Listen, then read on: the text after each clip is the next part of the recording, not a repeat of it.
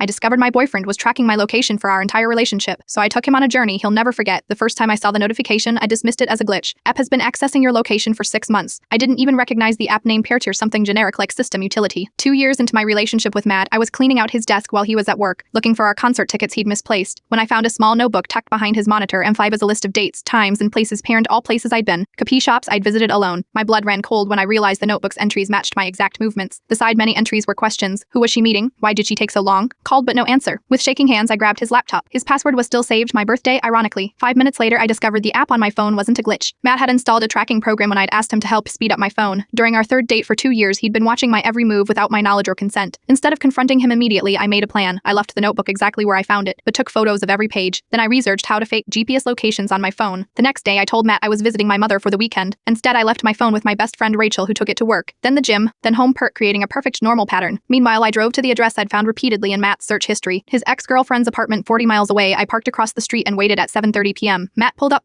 exactly when he'd texting me. He was staying late at work to finish a project. I watched him ring her doorbell with flowers in hand. I watched her welcome him with a kiss. I watched them go inside together. Rather than create a scene, I drove to a hotel and activated the next phase of my plan. For the next week, I kept living normally, but each day I'd visit another location guaranteed to make Matt squirm. Monday, a divorce attorney's office. Stayed for 2 hours. Tuesday, his boss's neighborhood. A jewelry store where I returned something valuable. Thursday, the bank where we had a joint account. Friday, a storage facility where I rented a unit each night. Matt would text casual questions. How was your day? To anything interesting? I'd respond with vague answers, watching him grow increasingly agitated while pretending everything was fine. On Saturday, I finally set my location to the police station for 3 solid hours. When I returned home, Matt was pacing frantically. Where have you been? He demanded, forgetting he wasn't supposed to know. I smiled calmly and placed my phone on the table, screen up, with the tracking app open. I've been taking you on a journey, Matt. The same way you've been following mine for 2 years. The color drained from his face as I placed his notebook on the table next to printed photos of him at his ex's apartment. I filed a police report about the stalking. I've moved my things into storage. I've removed my name from our joint account. And I've learned that someone who needs to control you will never truly love you. He tried to explain, to apologize, to claim it was for my safety. But in that moment, I felt something unexpected. Not anger, but pity. As I walked out the door, he called after me. Where are you going now? I turned back with a smile. That's the beautiful thing, Matt. You'll never know again. Sometimes freedom isn't just about escaping control. It's about reclaiming the mystery of your own life.